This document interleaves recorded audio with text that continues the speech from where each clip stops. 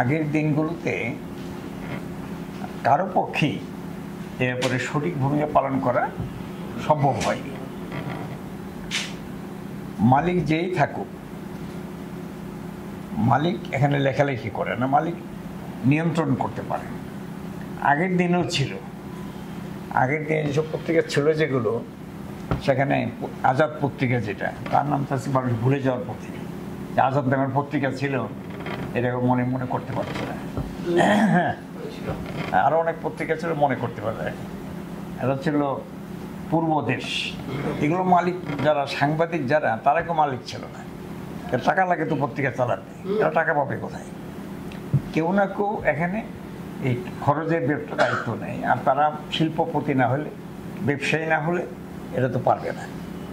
তখনকার দিনে এটা ছিল এই যে শিল্পপতিরা এটাকে নিয়ন্ত্রণ করার জন্য, রাজনীতি নিয়ন্ত্রণ করার জন্য, দেশ নিয়ন্ত্রণ করার জন্য, কাউকে নিয়ন্ত্রণ করার জন্য করতো না। দেশের সঠিক চিত্রকে, জাতির সঠিক অবস্থাকে, গণতন্ত্রকে মানে সুন্দরভাবে তা পরিচালনার জন্য তারা কাজ করত। দেশের গণতন্ত্র কিভাবে মানে সমৃদ্ধ হবে, এটা নিয়েই তখনকার দিনে মালিক ছিল যারা, সাংবাদিক ছিল, তার সকলের সিদ্ধা একটাই ছিল, এটা দিয়ে নিজেরা কিছু করবে এমন ছিল না। এখনকার সময়টা হচ্ছে রাজনীতিকে নিয়ন্ত্রণ করা, ক্ষমতাকে নিয়ন্ত্রণ করা।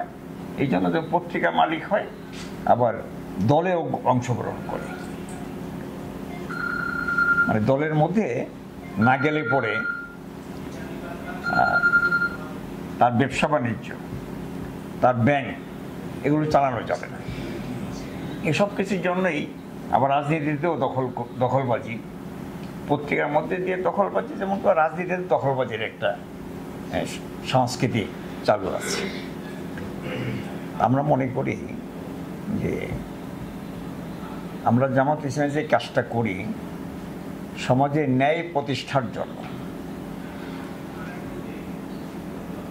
অন্যায়ের বিরুদ্ধে ন্যায়ের পক্ষে ন্যায় প্রতিষ্ঠা জামাত ইসলামী কাজ করে। আর সকল পত্রিকা, সকল মিডিয়া, সে যে মিডিয়াই হোক, তাদেরও উদ্দেশ্য একটি, তাদের উদ্দেশ্যে ন্যায়ের পক্ষে থাকার কথা। অনেক সময় বিভিন্ন কারণেই ন্যায়ের পক্ষে সঠিকভাবে ভূমিকা পালন করতে পারে না। বিভিন্ন পত্রিকা বিভিন্ন দলের পেছনে, ব্যবসায়ীদের পেছনে বিভিন্ন রকমের কাজ করে। ব্যবসা করার জন্য পত্রিকা মালিক হয়, ব্যবসা করার জন্য।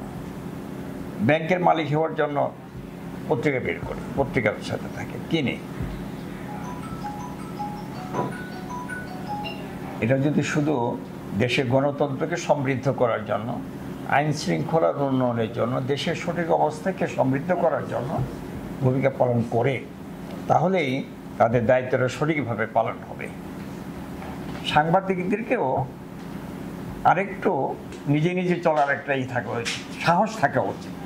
মালিকের কথাই রিপোর্ট করা উচিত, তা মালিকের পক্ষেই, মালিকের জন্য অন্যায় করবে এটা করা উচিত না। নিজের স্বাধীনভাবে গণতন্ত্রের জন্য, ন্যায়ের জন্য, সত্যের জন্য তারা কাজ করবে।